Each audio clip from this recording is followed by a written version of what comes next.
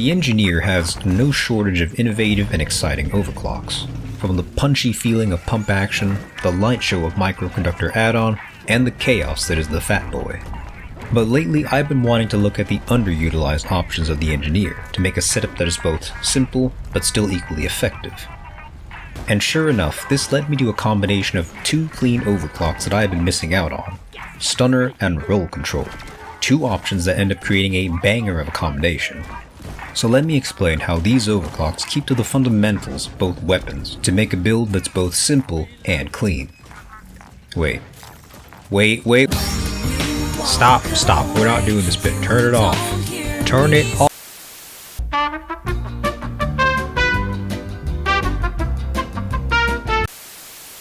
For this build, we're going back to basics with our overclock choices. For the shotgun's mods, we're going with 1, 222, 1. We're increasing fire rate, adding more pellets for extra damage and stun chance, reload speed, +1 damage, and ability to turret whip. Alternative mod options would revolve around changing your tier 2 and 5 mods for either more ammo, reduced spread, or dropping turret whip for full auto fire. We are building around the shotgun's stunner overclock, which allows stun chance to occur on all body parts and provides 30% damage bonus to stun targets. To quickly explain this mechanic, the shotgun has the innate ability to stun targets if you shoot their weak spot. Each pellet has a 10% chance to stun, which increases when more pellets hit said weak spot. Here's the actual percentage table that can be found on the DRG wiki. The good one, not the crappy one. The shotgun has a base pellet count of 8, which translates to a 57% chance of stunning targets upon hitting weak spots. More than a 50-50 chance of a stun to occur on average. Stunner removes this weak spot restriction, allowing a stun to occur from any part of the body. This allows for stuns to occur more frequently and most importantly gives your subsequent shots an extra 30% damage bonus. To complement the stunner overclock, we'll be taking the breach cutter with roll control. This overclock does two things that are simple in design but offer incredible depth to how the breach cutter handles. Roll control does the following. It increases projectile duration and adds the ability to steer the plasma blades while holding down the trigger. Basically, you can alter the pathing of your plasma projectiles to move in the direction of your crosshairs. There's also a bonus that is not shown in the overclock statistics, and that is the plasma blades will also rotate like a propeller as it travels, which gives it a slightly larger vertical AoE and can allow it to strike targets multiple times. The ability to control the breach cutter blades allows you to get creative and efficient in getting the most out of this weapon. Normally the breach cutter fires in a straight line, ideal for fighting on flat surfaces and lasering through hordes of bugs, but this leaves it at a disadvantage on vertical or sloped surfaces. With roll control, you are no longer limited to firing in a straight line. You can curve your shots up, down, left, right, side to side, you name it. You can control your shots in all manners of direction and adapt their pathing to any situation. As for the weapon mods themselves, we're slotting in 111, 2, 2. We're increasing projectile duration even further, taking more reserve ammo, quick deploy for immediate full-size blades, 100% stun chance when firing through enemies, and the ability for our projectiles to leave behind damaging plasma trails. The breach cutter is already a powerful weapon, and these mods give it that little extra oomph in utility and comfort. To round off the build, when it comes to grenades and turrets, any of them are viable for this build. But if you want to keep to the theme of simplicity, take the lure grenades for their ability to distract and bunch up targets for massive crowd control potential. When it comes to using this build in its entirety, its strength lies in its simplicity. The playstyle of the breach cutter and shotgun does not change significantly, it just improves what these weapons are already good at. Stunner improves the shotgun's ability to stun foes more effectively.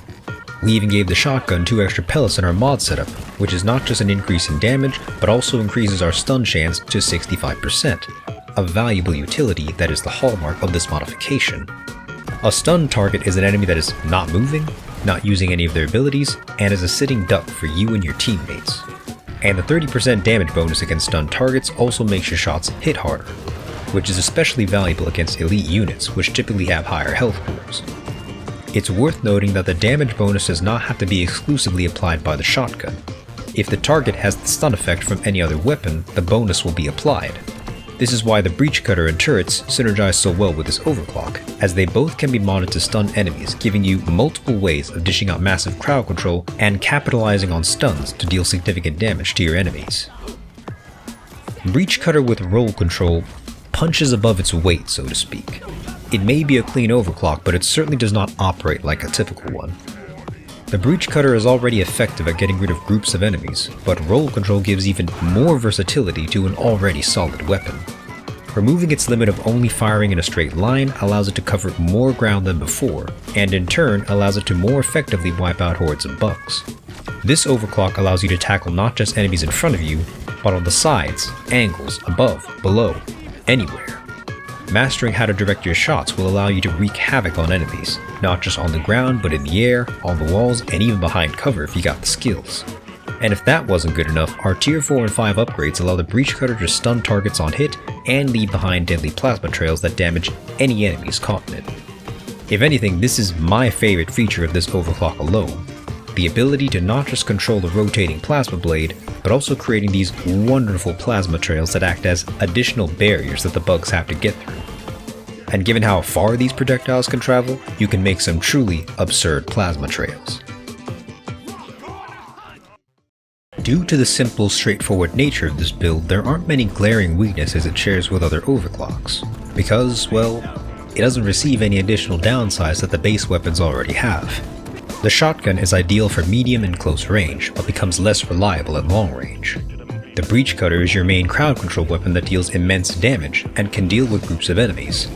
However, it has limited ammo, which must be used effectively. The overclocks themselves don't provide any significant negative stats like their unstable or balanced counterparts as well. At most, the two biggest negative outcomes I observed from this build is that it can struggle against airborne enemies and is not ideal for missions revolving around dreadnoughts and rivals. Normally, breach cutter will be less than ideal at dealing with flying enemies as they aren't typically bunched up and are constantly moving around, but roll control gives some extra accuracy and leeway against airborne targets. But even then, this build can still struggle with airborne enemies, which means you'll have to lean on your turrets, shotgun, or teammates for support. Finally, while this build is good for most missions, it is not an ideal pick for boss missions, like elimination or sabotage, or any other mission where rivals are a major presence, as both dreadnoughts and rival tech cannot be stunned, which nullifies this build's greatest strength, so be sure to keep that in mind when looking at the mission board. Now I do want to stress this one final point in closing. In terms of hard numbers, these overclocks cannot compete with the riskier or higher tier options like magnetic pellet alignment, inferno, or spinning death, because they are not supposed to. What this clean combo of overclocks brings is simplicity and a low barrier of entry for those getting used to the overclock system. It's an ideal build for beginner engineers to understand how to mod around overclocks, but it is also a build that allows veterans to excel with the basics of the engineer's kit. These overclocks may not be as flashy and dynamic as their counterparts, but they certainly deliver on their straightforward mechanics and overall reliability. And sometimes, that's all you need in a build.